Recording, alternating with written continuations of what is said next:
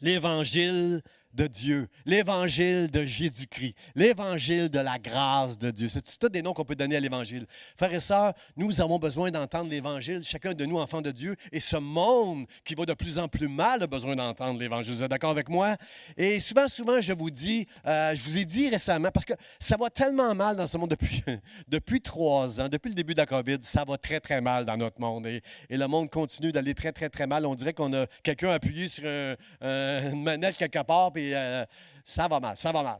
Et souvent, je vous dis, puis j'ai raison de vous le dire ça, souvent je vous dis, on a des opportunités incroyables qu'on n'a jamais eues avant pour présenter l'Évangile. Les gens sont très à l'écoute de l'Évangile parce que ça va très mal. Même nous, les enfants de Dieu, avec la COVID, ça n'allait pas très, très bien. On a tous souffert dans les 3 dernières années de toutes sortes de manières. Et si ce n'est pas à cause de la COVID, c'est d'autres choses, mais on a tous souffert dans les dernières années. Mais Dieu s'en va toute chose. Dieu s'en va toujours quelque part avec la souffrance parce que la Bible nous dit toute chose concourt au bien pour ceux qui aiment Dieu. Alors Dieu s'en va toujours quelque part avec tout ce qui prend place dans nos vies. Et souvent, je vous ai dit, même si tu es maladroit, proclame l'Évangile. C'est une puissance de Dieu pour le salut de quiconque croit. Proclamez l'Évangile, que vous soyez adroit ou maladroit. Mais ce matin, je veux juste vous mettre en garde. Quand on prêche l'Évangile, de prêcher un Évangile qui est pur. Qu'est-ce que je veux dire par pur? Je veux juste dire, prêche-le de tout ton cœur, avec beaucoup de maladresse, mais ajoute pas des affaires à l'Évangile qui ne sont pas là. Prêche le vrai Évangile. Ne sois pas quelqu'un qui va dire n'importe quoi avec l'Évangile juste pour essayer de gagner les gens. Parce que moi, j'ai connu ça dans l'Église. Là. Viens au Seigneur, ça va être une lune de miel jusqu'à temps que tu arrives au ciel. Tout va bien aller dans ta vie. C'est pas vrai, ça ne fonctionne pas comme ça. Je dirais même que la vie chrétienne, au début, c'est wouh, tu vis dans le ciel, mais c'est pas long que la vie te rattrape, les épreuves et tout ça. Et je crois que c'est encore plus difficile, parce que nous, les chrétiens, nous sommes conscients du combat spirituel qui prend place à cause de notre foi. Alors, c'est pas facile, la vie chrétienne, mais juste, essayez pas de dire n'importe quoi qui n'est pas dans l'Évangile, juste parce que vous voulez gagner quelqu'un à l'Évangile. Nous, tout ce qu'on doit faire, c'est présenter l'Évangile et laisser à Dieu la job de convaincre les gens, puis de leur faire du bien, puis de faire ce qu'il a à faire. Dieu sait ce qu'il a à faire avec ça. Ce n'est pas à nous, là. Nous, des fois, on a des petites informations, puis on essaierait, avec les petites informations qu'on a, on aimerait ça attirer les gens avec ce qu'on connaît. Prêcher un Évangile pur. Soyez maladroits, mais n'altérez pas l'Évangile de Dieu. Vous êtes d'accord avec moi? OK, c'est mon introduction. Puis avec le message que je vais vous prêcher ce matin, on va aller tout de suite dans le texte. C'est l'apôtre Paul qui écrit de la prison. Les commentateurs disent qu'il était en prison à Rome. Peut-être. Ça fait un peu de sens, là. Pour les étudiants, je veux juste vous dire que pour les étudiants ce matin qui étudient la Bible, on dit dans les livres à côté de la Bible, on dit que dans les années 60-61, la ville de Colosse a été... à cause d'un volcan, là, a été rayé. Là. Alors, est-ce que c'était vraiment Italie? Peu importe, ça ne dérange rien. Paul est en prison. Puis ici, le texte qui nous dit, Paul, c'est que depuis le jour où nous en avons été informés, nous ne cessons de prier.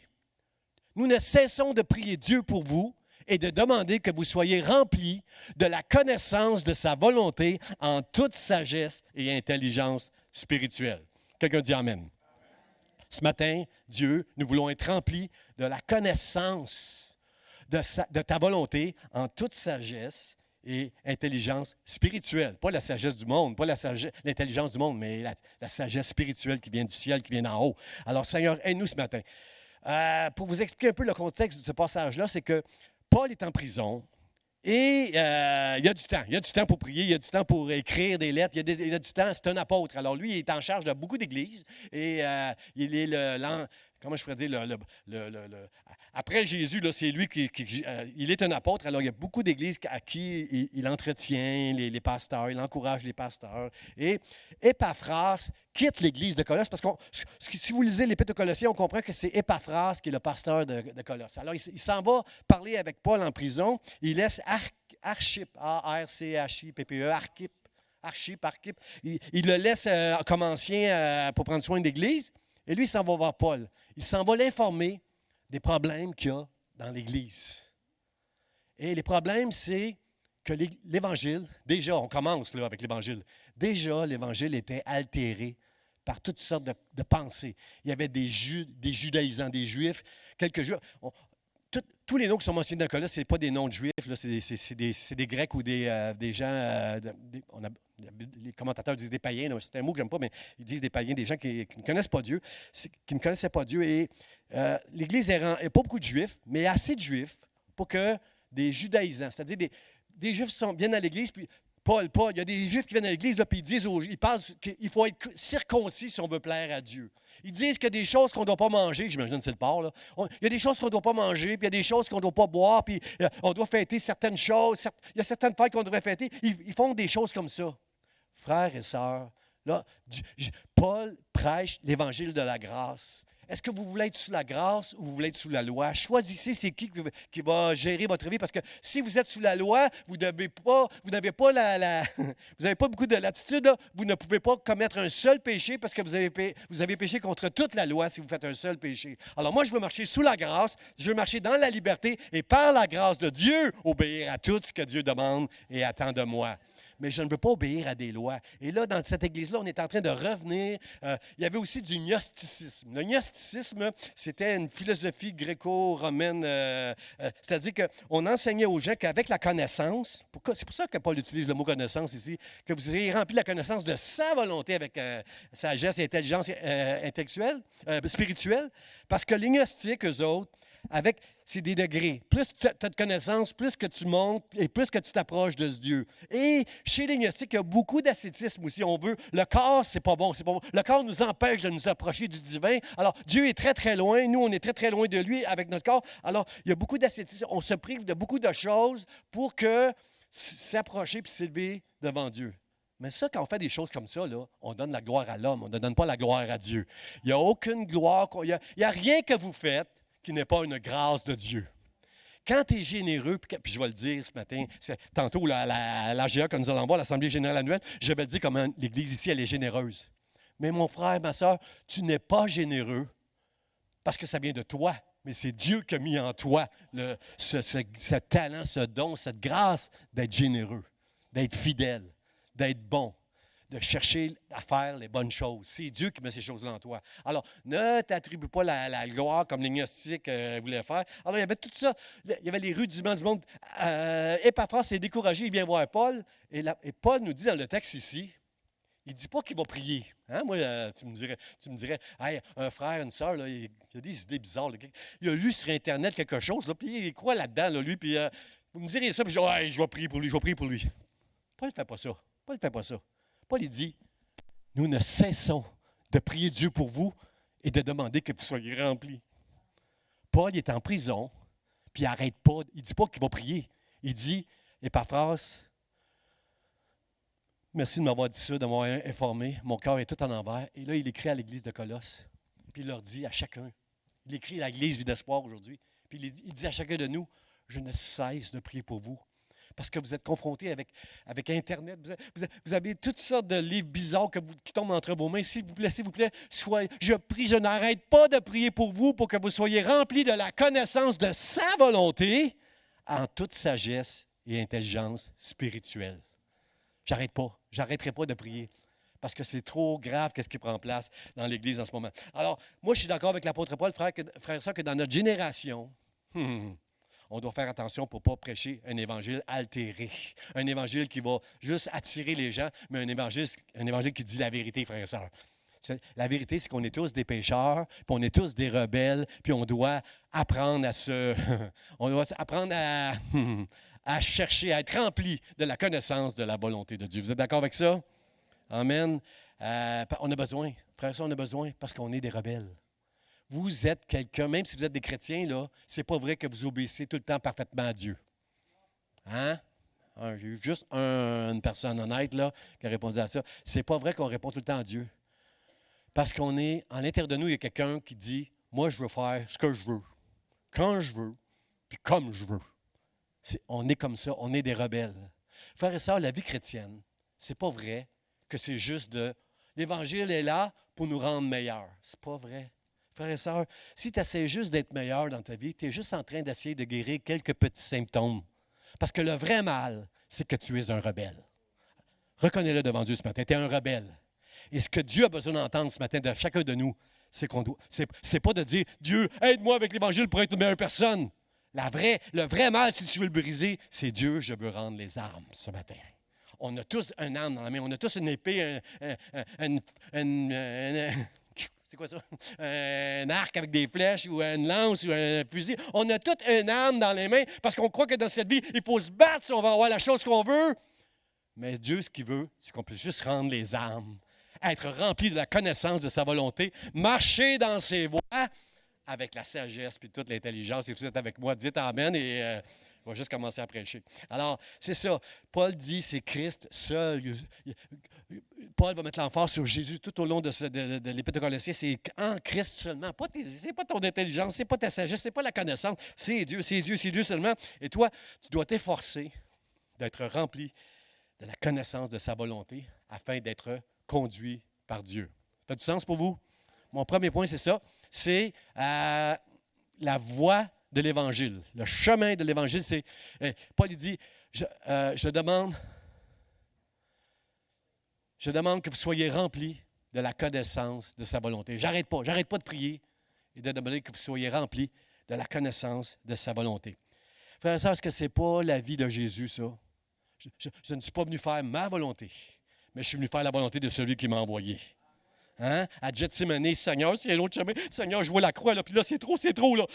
Jésus sait qu'est-ce qu'il attend. Puis là, à Gethsémani, il est en train de dire à Dieu, s'il y a un autre chemin, toutefois, non pas ma volonté, mais que ta volonté soit faite. Est-ce qu'on est capable, frères et sœurs, même si on sait qu'on va souffrir, est-ce qu'on est capable de dire ce matin que ta volonté soit faite? Bien, c'est ça, rendre les armes. Ce n'est pas ma volonté, mais c'est la volonté de Dieu dans ma vie. Et les amens sont très discrets, mais aide-moi à prêcher mieux, Seigneur, aide-moi à prêcher mieux. C'est pas facile de dire amen, frères et sœurs. Mais frères et sœurs, si tu fais ta volonté, tu vas être misérable dans la vie. Mais si tu fais la volonté, heureux celui qui fait la volonté de Dieu. Lui, il va être heureux, même si ça va mal, même si c'est difficile, même s'il y a de la souffrance, je vais être heureux si je fais la volonté de Dieu. Alors, c'est pourquoi ce matin, moi, Seigneur, et tous ceux qui sont d'accord avec moi, nous voulons rendre les armes devant toi. Ce n'est pas moi qui va diriger ma vie, mais c'est toi, Dieu. Remplis-moi de la connaissance de ta volonté au nom de Jésus. Amen, Seigneur. Amen, Seigneur. Je veux faire ta volonté. Aide-moi, Dieu. Jésus, c'est ça. Romains chapitre 12, verset 2, Paul, il dit pas mal ça dans l'Épître aux Romains. Il va dire pas mal la même chose. Ça va apparaître à l'écran. Il dit aux Romains, ne vous conformez pas au siècle présent, mais soyez transformés par le renouvellement de l'intelligence, afin que vous discerniez quelle est la volonté de Dieu. C'est pas mal ça, hein? C'est pas mal ça que Paul est conscient. Paul dit, ne vous conformez pas au siècle présent.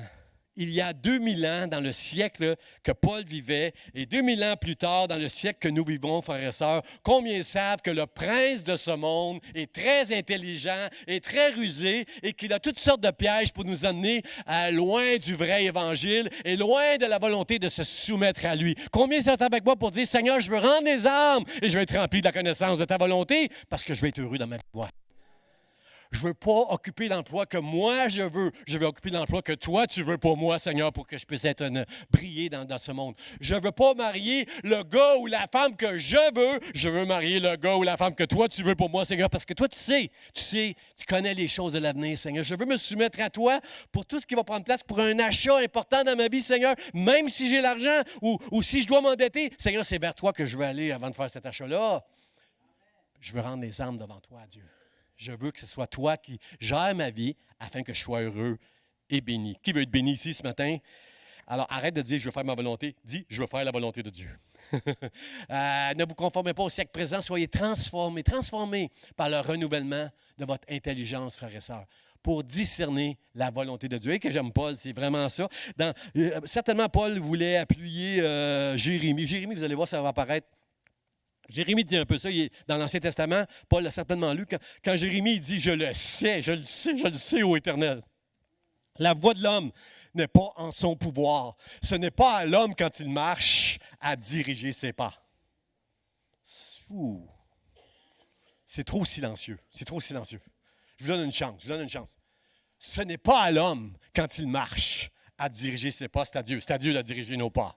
Amen, ça compte pas. Amen, ça compte pas. Hein? J'ai J'ai été chercher, là. Mais si vous voulez plaire à Dieu n'importe quand, que voulez-vous soumettre à sa volonté, dites-le. Amen. Seigneur, Dieu veut qu'on soit... La sagesse, c'est d'être conduit par Dieu, frères et sœurs. Tu vas être heureux avec le conseil de Dieu, malheureux sans la sagesse de Dieu. Jacques est très, très sage. Il va dire dans Jacques, chapitre 4, « Si Dieu le veut, demain, nous ferons ceci ou cela. » Si Dieu le veut. Hein, on dit souvent, les chrétiens, on dit ça, nous. Oui, je vais être le pasteur dimanche si Dieu le veut. Oui, il veut. Il faut que tu sois le dimanche. Jésus va dire, cherchez d'abord le royaume de Dieu et la justice de Dieu. Toutes ces choses que vous cherchez, que vous voulez, qui sont importantes pour vous dans cette vie, Dieu va vous les donner. Mais d'abord, cherchez le royaume de Dieu. Cherchez à être rempli de la connaissance de sa volonté. Et Dieu prendra soin de vous. Amen, ça fait du sens? J'aime le psalmiste quand il dit, « Regarde Dieu, regarde si je suis sur une mauvaise voie et conduis-moi sur la voie de l'éternité. » Seigneur, c'est bon de s'arrêter dans notre vie, que surtout avant de faire des grandes décisions. Seigneur, est-ce que je suis la bonne voie ou je suis à côté, là? Et aide-moi, parce que, Seigneur, je veux être sur la voie de l'éternité. Moi, je ne suis pas sur cette terre pour profiter. Moi, c'est du ciel que je veux profiter, Seigneur. Aide-moi, Seigneur, et conduis-moi, Seigneur.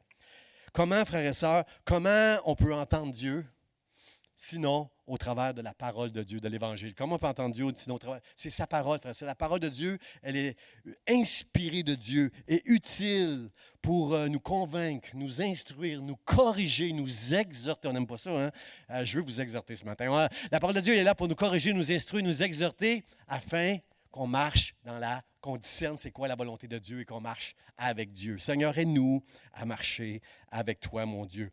Et aussi la prédication, bien sûr. Quand je prêche, moi j'aime prêcher des messages textuels. Un message textuel, ça veut dire que je ne dis pas, moi, qu'est-ce que je vais prêcher. Le dimanche, au début de la semaine, je ne suis pas dans mon bureau en train de dire, bon, Seigneur, moi, cette semaine, l'Église a besoin d'entendre ça, je vais prêcher ça. Moi, je ne sais jamais ce que je vais prêcher. Je sais un peu d'avance la thématique, je sais un peu d'avance des fois quelques passages, mais je ne choisis pas qu'est-ce que je vais prêcher. Dieu me met à cœur un texte, je me mets à étudier le texte et Dieu me parle au travers de ce texte-là et je veux croire qu'il est en train de parler à l'Église. Moi, je crois qu'en prêchant des messages textuels, ce n'est pas moi qui vais dicter ce que l'Église va entendre, mais c'est Dieu, au travers des passages que j'étudie, qui me dit ce que vous allez entendre. Et moi, je crois que des fois, dans ma tête, ils n'ont pas l'air vraiment touchés par l'Évangile. Dans ma tête, je suis juste en train de faire blablabla, mais je crois que Dieu, la puissance de Dieu, c'est qu'au travers de ce que j'enseigne, Dieu est en train de vous parler. D'une manière, il vous parle. Parce qu'il est Dieu. Il est Dieu. Qui sait nous parler sinon Dieu? Hein? Dieu peut me parler au travers d'un enfant. Dieu me parle des fois au travers de mon épouse. Je ne lui dis pas toujours. Oh, j'entends Dieu ce matin, ma femme, je ne vais pas lui donner. Non. Mais des fois au travers de mon épouse, des fois au travers d'un enfant, au travers d'un film. Vous savez que le film qui a marqué ma vie, moi, c'est le film le plus spirituel que j'ai entendu. Moi, c'est Karate Kid. Karate Kid, là, le jeune Karate Kid qui est par terre. Moi, j'étais comme ça. J'étais dans mon salon, j'étais par terre, je voulais tout lâcher. Et lui, il est à terre, il a peur, il a mal. Puis non. Puis là, son chef, son coach lui dit, tout ce que je t'ai enseigné, Daniel San, tout ce que je t'ai enseigné, c'est pas toi qui vas aller se battre, là, mais c'est tout ce que j'ai enseigné. Lève-toi, puis avec tout ce que je t'ai enseigné, il va te battre. Et ça a rentré dans mon cœur. C'est comme Dieu, au travers du film que je regardais, Dieu a parlé à mon cœur. Dieu sait comment te parler. Il peut te parler au travers de la parole, il peut te parler au travers d'une prédication. Il peut te parler au travers d'une prophétie. La prophétie, des fois. Hein? Que Dieu, moi je sais, à un moment donné, quand je voulais lâcher, à un moment donné, à un autre moment, là, je suppose que c'était avant le film spirituel que j'ai vu, là, à un moment donné, je voulais lâcher parce que Dieu m'avait appelé, quand on est un nouveau chrétien, on a beaucoup de zèle et on est inconscient. On ne connaît pas le danger, on est comme Abraham, oui Seigneur, peu importe où tu m'envoies, je m'en vais. Moi, j'étais prêt à aller aux îles, moi, j'étais prêt à aller à l'autre bout du monde. Ma femme, qui était plus sage que moi, disait, non, tu as un travail, là. Quand Dieu va me parler à moi aussi, on ira à l'autre bout du monde, là, mais calmos, Et moi, j'étais plein de zèle, j'ai été touché par Dieu. Je veux tout faire pour Dieu. Moi, j'ai rendu des armes. Seigneur, dis-moi d'aller à l'autre bout du monde, je vais y aller. Et là, Dieu, j'ai senti que Dieu m'appelait à étudier la parole de Dieu, à me préparer pour ce que je fais aujourd'hui, là. Pour le ministère, pour servir Dieu dans le ministère, pour prêcher la parole, et enseigner. Je sentais que Dieu m'appelait à ça, puis j'étais fier parce que je savais bien que... Parce que dans le fond, frères et sœurs, j'avais le syndrome de l'imposteur. Je ne croyais pas que Dieu pouvait se servir de moi pour prêcher un jour comme je le fais aujourd'hui. Je ne pensais pas que j'avais zéro talent pour ça. Et parce que je voyais des prédicateurs sur les tribunes qui étaient tellement, c'était pas des hommes, là, c'était presque avec des capes, là. Super, eux autres, là. Et moi, non, ça ne fait pas de sens. Mais j'ai quand même obéi. Comme Abraham. Mais dans mon cœur, je n'étais pas appelé. Et à un moment donné, j'ai fait cette prière-là. J'ai dit, Dieu, s'il te plaît, ouvre une porte à gauche ou à droite. Je suis convaincu que je me suis trompé. Alors, si tu me dis, donne ton nom à Guy pour aller faire le ménage, je vais aller donner mon nom à Guy pour aller faire le ménage. Si tu me dis, va donner ton nom là, à Felderie pour enseigner à l'école du dimanche en haut, je vais donner mon nom. Seigneur, je vais faire ce que tu veux. Dis-moi juste quoi faire. Rouvre-moi une porte à droite, rouvre-moi une porte à gauche, puis je vais le faire. Et un jour, je suis dans l'église ici, il y a un monsieur qui vient prêcher la parole, qui était un invité, puis là, à la fin, il fait un appel, tout le monde vient en avant, puis là, il met sa main sur ma tête. Lui, il ne sait pas ce que j'ai dit, là. Il ne sait pas. Puis là, il me dit, écoute-moi bien, jeune homme, je sens comme un presto dans ta vie, je sens que ça... Il dit, écoute-moi bien, là, tu ne vas ni à droite, ni à gauche, mais tu continues tout droit devant. Lui, il ne sait rien. Frères et sœurs, Dieu sait comment parler. Que ce soit au travers de la prédication, la parole, une prophétie ou juste les circonstances de ta vie. En train d'écouter un film tranquille avec du popcorn, Dieu peut te briser, Dieu peut te casser, Dieu peut te parler. Fais confiance juste à Dieu pour te parler. Mais le meilleur, frère et sœur, c'est la parole de Dieu. Il faut que tu aies un moment tous les jours. Pour les jeunes mamans, le matin qui se lèvent en même temps que les enfants puis que la maisonnée, là, je peux comprendre que pour vous autres, là, le matin, ce n'est pas possible. Mais reprenez-vous dans la journée. Il faut que vous ayez un moment pour aller dans la parole de Dieu. Parce que Dieu parle tous les jours au travers de sa parole. La parole de Dieu, elle est vivante, elle est puissante, c'est la parole de Dieu, frères et sœurs. Alors, je vous encourage au travers de la parole de Dieu. Dieu nous parle, frères et sœurs. Regardez, Corneille, la Bible nous dit que c'est un ange qui est venu lui parler. Parce qu'il avait besoin il aimait Dieu, mais il ne connaissait pas le chemin pour aller jusqu'à Dieu. Et il avait besoin qu'un Pierre vienne chez lui pour prêcher l'Évangile. Et Pierre, lui, ne voulait pas aller chez des païens. Touche pas les Juifs ne donnent même pas la main les vrais Juifs orthodoxes là, en ville. Même, donne pas la main à un Juif. Shalom. Shalom, mais shalom pas, là. Essaye pas de me tuer, là. Et Pierre a une vision d'aller chez Corneille. Et Corneille et toute sa maison ont été remplis du Saint-Esprit alors que lui prêchait l'Évangile. Alors il dit, wow! Et il se sentait obligé de s'excuser dans un rapport que lorsqu'il est revenu à Jérusalem, il se sentait obligé, excusez-moi, mais j'ai eu une vision, puis écoutez, là, le Saint-Esprit est venu sur eux pendant que je prêchais. Alors, est-ce qu'on peut refuser les eaux du baptême à des gens qui ont été remplis du Saint-Esprit avant le baptême? Mais je pense que non, là. Alors, Pierre a été confondu parce que Dieu sait comment nous parler et il sait comment te parler. À Moïse, ça prenait un buisson ardent qui brûlait, mais qui ne se consumait pas. Quel autre? C'est ça. Il y a toujours Dieu. Fais juste confiance à Dieu qui sait comment te parler. Mais le but, pourquoi tu veux que Dieu te parle? C'est pour que tu fasses sa volonté. Si Dieu te parle, peut-être vous dites, moi j'aimerais ça que Dieu me parle. Oh, attention. Attention avec ce que Dieu pourrait te dire. Attention avec ce que Dieu pourrait te révéler. Est-ce que tu es prêt à rendre les âmes quand Dieu va t'avoir parlé? Hein? Des fois, ça ne se fait pas tout de suite. J'avoue que des fois, on y pense un peu, mais à la fin, tu dois faire la volonté de Dieu. Quand les disciples ont dit à Jésus, enseigne-nous à prier. Jésus leur a enseigné. Que ta volonté soit faite. Notre Père qui est aux cieux.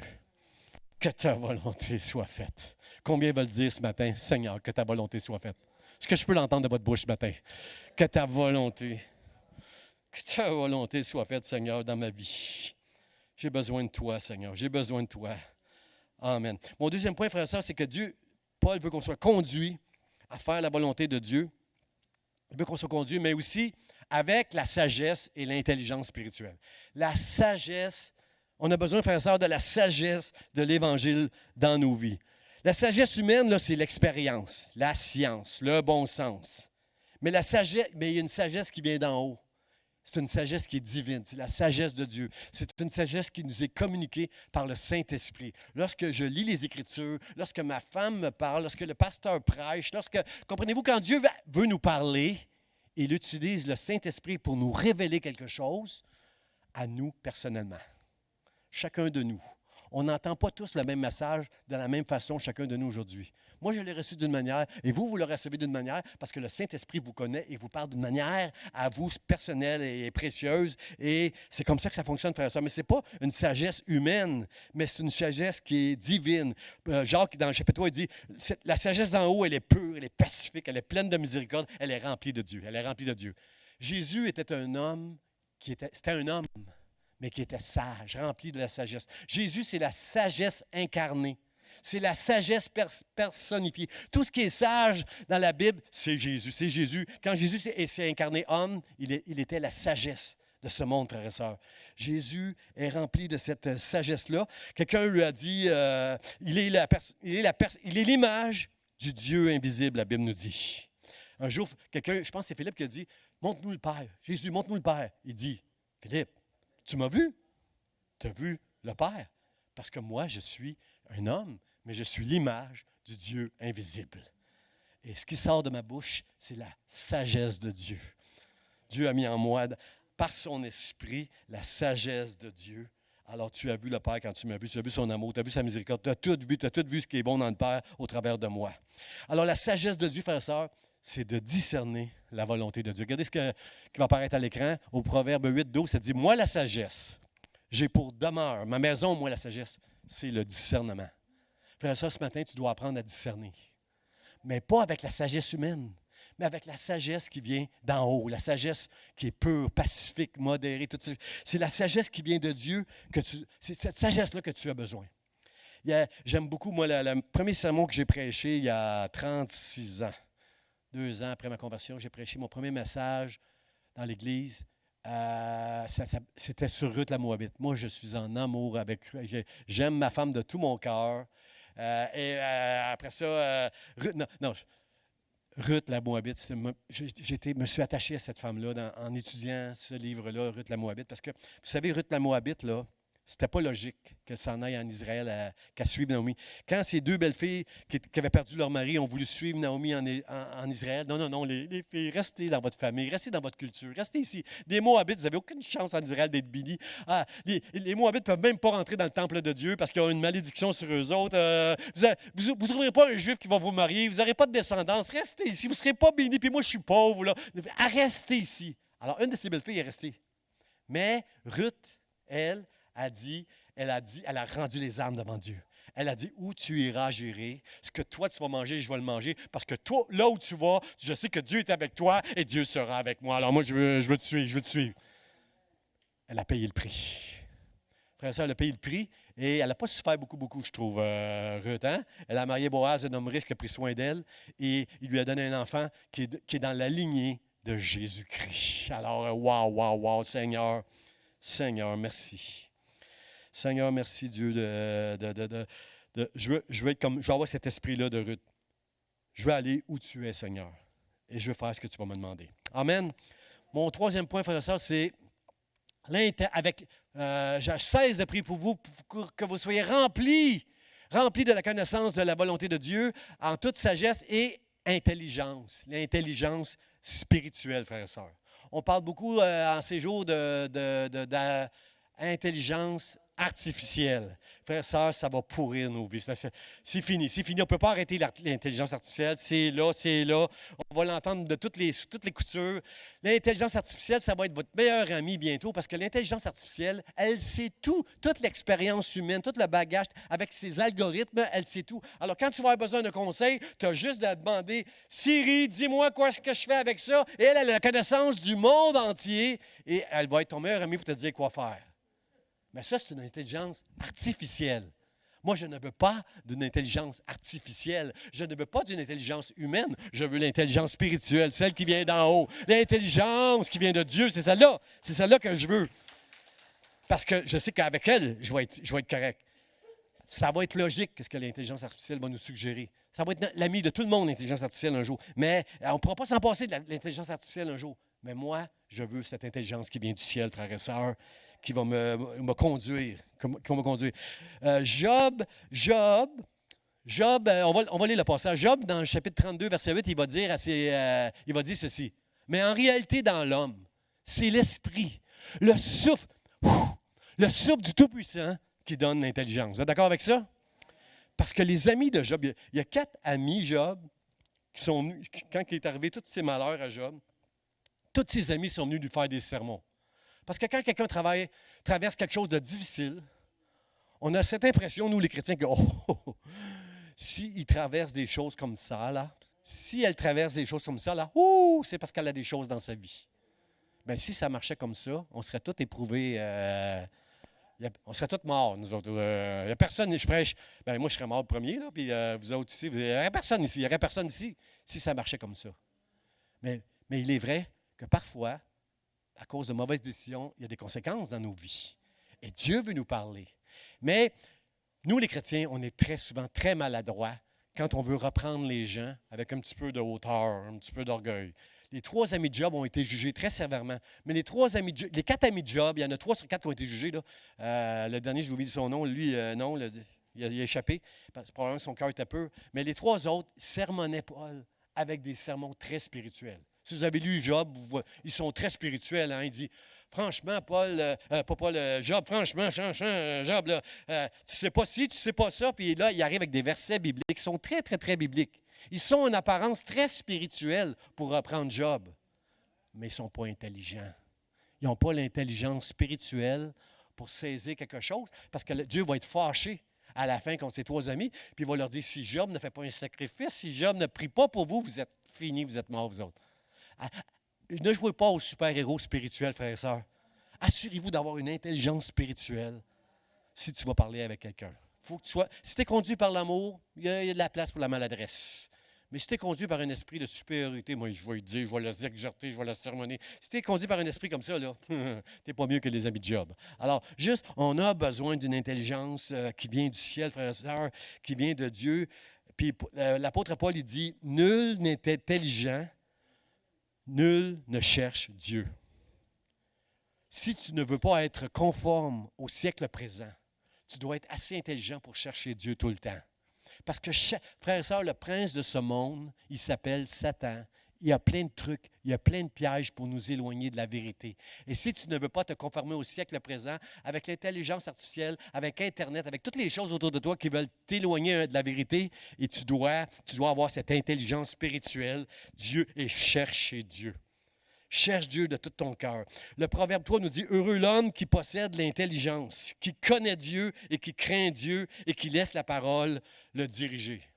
Malheur à celui qui n'a pas cette sagesse-là, qui n'a pas cette intelligence-là, qui ne fait pas la volonté de Dieu. C'est heureux celui qui possède l'intelligence, malheureux celui qui ne la possède pas, qui n'est pas intelligent. Vous êtes d'accord avec ça, frères et sœurs? Frères et sœurs, ce monde va mal. Et ce monde essaie de trouver toutes sortes de solutions, de trucs. Ça n'existe pas des trucs. Moi, je veux être rempli de la connaissance de Dieu. Moi, je veux rendre des âmes ce matin devant Dieu et dire, Seigneur, je veux faire ta volonté. Quand je vous dis ça, je tremble parce que je sais que je ne la ferai jamais parfaitement à la volonté de Dieu. Mais je comprends, je suis assez intelligent, j'ai assez de l'Esprit de Dieu en moi pour comprendre que si je fais la volonté des hommes et ma volonté à moi, je vais être dans le trouble, je vais être misérable. Mais que si je fais la volonté de Dieu, malgré les épreuves, malgré tout ce qui va se placer devant moi, je vais être victorieux parce que Jésus a dit, j'ai vaincu le monde. Vous aurez des tribulations, mais prenez courage, j'ai vaincu le monde. Et celui qui est avec moi et qui est en moi est plus grand que celui qui est dans le monde. Alors, je veux, Seigneur, aide-moi à marcher. Je ne veux pas juste m'améliorer, Seigneur. Je vais prêcher dans 2 semaines la suite de ce message-là, le verset 10, là, c'est sur la sanctification et toutes ces choses-là. Je ne veux pas juste m'améliorer, Dieu. Je veux juste rendre les âmes. Je ne veux pas guérir les petits bobos et les petits symptômes dans ma vie. Mais le vrai mal dans ma vie, c'est que je suis rebelle à toi, Dieu. Il y a une rébellion dans mon cœur. Dans ma nature pécheresse, je veux faire ce que je veux. Mais ce matin, je veux déclarer devant le ciel et l'enfer, Seigneur, je veux faire ta volonté. Remplis-moi de la connaissance de ta volonté en toute sagesse et intelligence spirituelle dans le nom de Jésus. Amen. J'invite les musiciens à s'avancer. On va faire le dernier chant, là. Tellement puissant, là. Je veux me prosterner devant Dieu.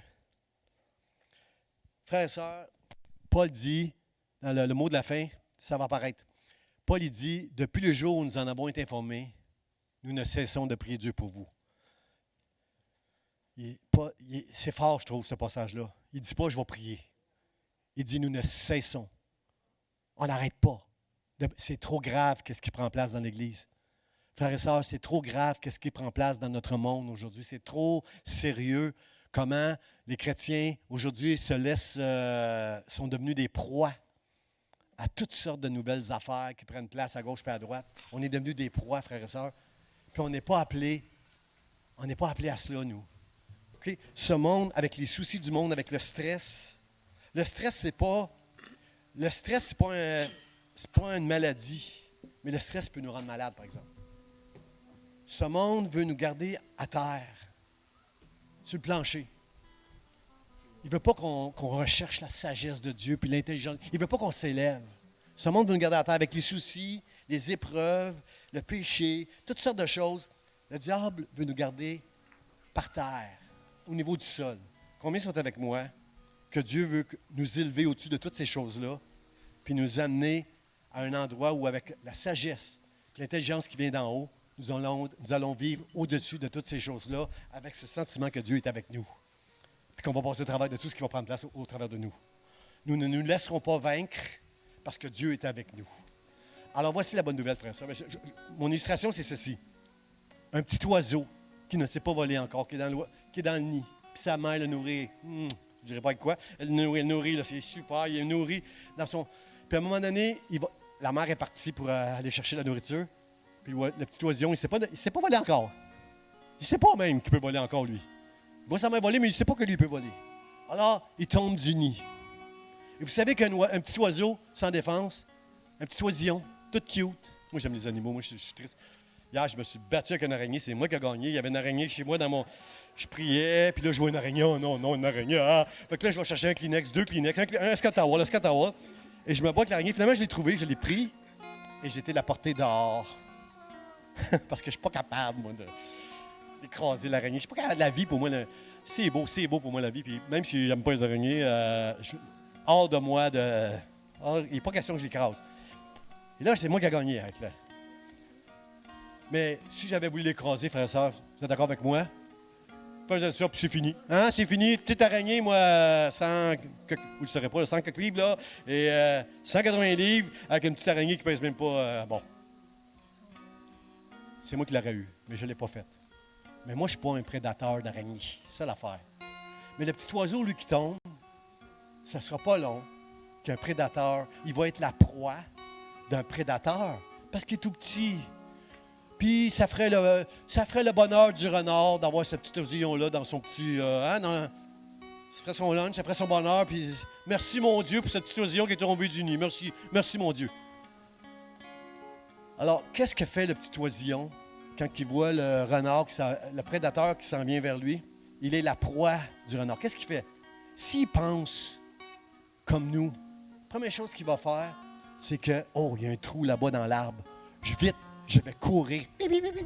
Je vais courir jusqu'à l'arbre, puis je vais rentrer dans le trou. Mais combien savent que si le renard n'est pas loin, l'oiseau n'a pas le temps de se rendre jusqu'au trou? Alors, la raison pourquoi Paul dit, nous ne cessons, Épaphras, Archipé, moi, nous ne cessons de prier pour vous, pour que vous ne soyez pas la proie des rudiments du monde, du gnosticisme et de ces judaïsants. Nous prions, nous n'arrêterons pas de prier pour que vous puissiez vous élever au-dessus de toutes ces choses-là. Vous n'avez pas besoin de ces choses-là pour vous approcher de Dieu, parce que Dieu vous a fait grâce au travers de la croix, de ce que Jésus-Christ a fait à la croix. Dieu vous a fait grâce et vous êtes sauvés pour l'éternité. Arrêtez d'essayer de plaire à Dieu en faisant toutes sortes de choses, en oubliant des rudiments de ce monde. Alors, ce que l'oiseau doit faire pour échapper au renard, frères et sœurs. C'est pas de courir vers l'arbre. Il est fini s'il fait ça. Ça, c'est l'intelligence artificielle qui va lui dire de courir vers l'arbre. Ça, c'est la sagesse humaine et la crainte et la peur qui va l'amener à courir vers l'arbre. Mais ce que l'oiseau doit faire, c'est « Ma mère, elle m'a dit que je dois voler un jour. Alors, c'est le temps aujourd'hui pour ne pas être la proie de celui qui veut dévorer ma foi, de me mettre à m'envoler et d'échapper au renard qui est devant moi. » Ésaïe nous dit, dans le Ésaïe 40, il nous dit, « Mais ceux qui se confient en l'Éternel, ils renouvellent leur force et ils prennent le vol comme les aigles. » Amen. Vous êtes des aigles. Nous sommes des aigles. Par la grâce de Dieu, arrête de courir pour échapper à ce qui veut détruire ta vie. Arrête de courir. Mais envole-toi vers le Seigneur et sois rempli de la connaissance de sa volonté en toute sagesse et intelligence spirituelle dans le nom de Jésus. Amen. Je vous invite à vous lever. On va chanter ce beau chant avec les musiciens et en se prosternant devant Dieu, on va dire « Seigneur, remplis-moi. Je veux faire ta volonté. Je veux rendre des âmes. J'y arriverai jamais moi, mais toi, tu vas y arriver. »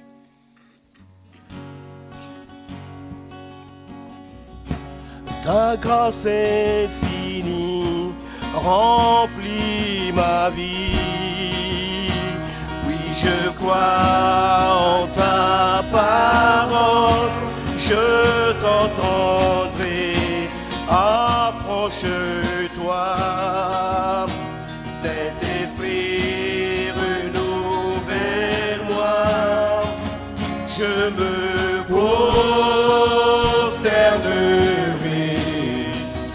Je me prosternerai et je t'adorerai.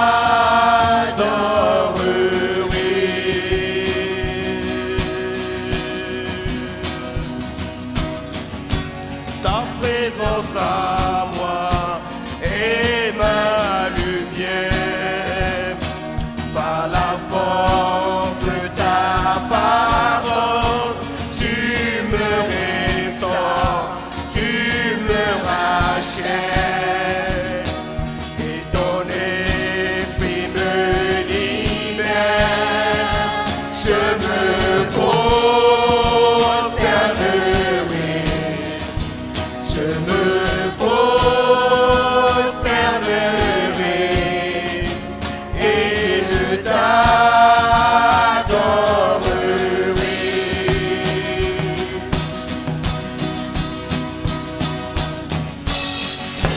Tu as choisi de tout donner en offrant ta vie sur cette croix. Comme est l'amour versé pour nous, c'est notre Dieu. Ressuscité, haut élevé, pour toujours tu es glorifié. Roi serviteur, sauveur du monde, c'est notre Dieu. Je me prosternerai, je me prosternerai et je t'adorerai.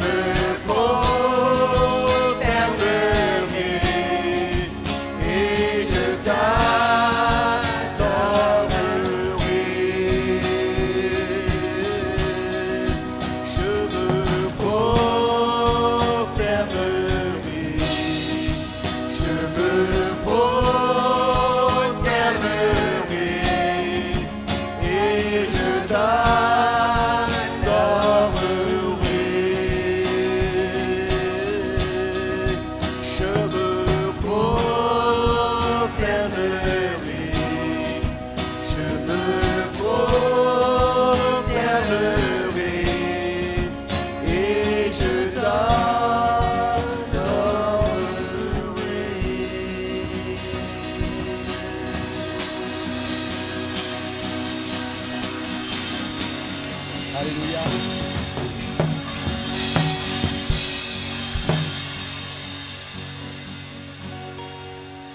Seigneur, c'est pas en essayant d'être meilleur que je vais te plaire davantage que juste de rendre les âmes, de juste t'avouer, Seigneur, que le désir de mon cœur, dans le fond, c'est je veux faire ma volonté à moi. Mais Seigneur, ce matin, que ta parole nous remplisse de la connaissance de ta volonté, en toute sagesse et intelligence, pour qu'on puisse désirer de tout notre cœur, comprendre que le meilleur de notre vie va prendre place si on est conduit par toi, dirigé par toi. Ce n'est pas à l'homme de diriger, ce n'est pas à Dieu, mais c'est à toi, Dieu, de nous diriger. Et c'est ce que tu veux pour qu'on soit heureux. Et je te dis merci à l'avance pour tous ceux qui ont reçu ce message. Dans le nom de Jésus. Amen, amen, amen. Soyez bénis. Soyez bénis. Bon dimanche. Dans une vingtaine de minutes, on va avoir le goûter pour les membres. Et si vous êtes non-membre, vous voulez assister à la réunion, vous pouvez. Et dimanche prochain, fête des mères. On a des spéciaux pour la fête des mères. Et notre sœur Rebecca va nous apporter la parole dimanche prochain. Bon dimanche, soyez bénis. Ta grâce infinie remplit ma vie.